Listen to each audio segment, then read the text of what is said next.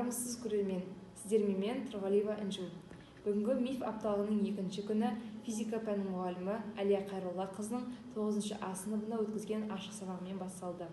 Ашық сабақтың тақырыбы математикалық және серіппелі маятниктердің тербелістері. Ендеше видеороликке кезек берсек.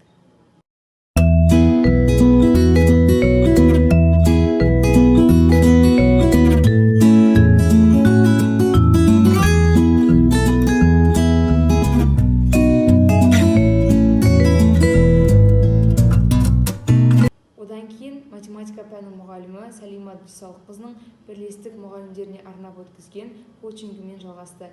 Ендеше коучингке шолу жасап өтсек.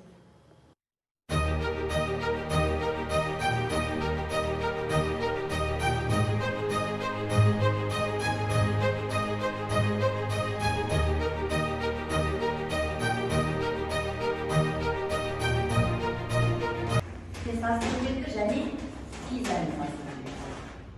Бірақ біз соны өзіміз іске асыратыламыз кейде байқамай қалуымыз мүмкін. Бұл үшін өзіміз сауатты. Бұлай болатын болса өте тамаша.